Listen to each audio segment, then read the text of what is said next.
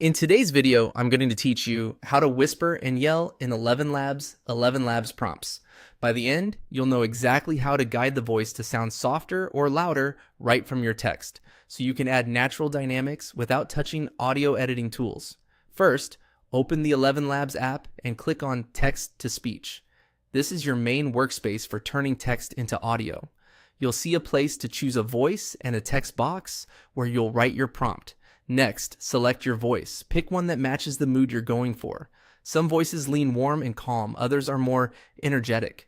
If you want strong contrast between whispering and shouting, a voice with expressive range can make those shifts feel more convincing. Take a moment to imagine the context of your script and choose a voice that fits that vibe. Now, type your prompt into the text area. Keep your sentences clear and well punctuated, because clean writing helps the voice model understand where to pause and how to flow. You'll be using simple inline directions called cues to nudge the delivery. The key is to place those cues right where the tone should change, and to keep the surrounding words straightforward so the effect stands out.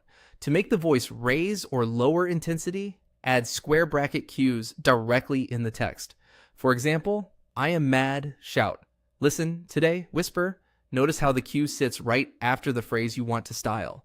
You can also put the cue immediately before the words, but keeping it close, either right before or right after, helps the model apply the tone exactly where you intend. Keep shouted or whispered segments brief and purposeful, then return to a normal tone for clarity. If a whisper sounds too faint, shorten it or surround it with clear, simple wording. If a shout feels too harsh, limit it to just the key word or phrase. When you're ready, click Generate Speech. Listen to the result from start to finish. Pay attention to the transitions in and out of the shout and whisper sections.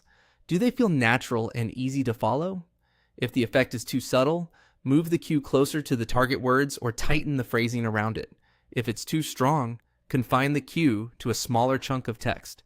You can also try a different voice if you want a bolder or softer shift. That's all you need. Open text to speech.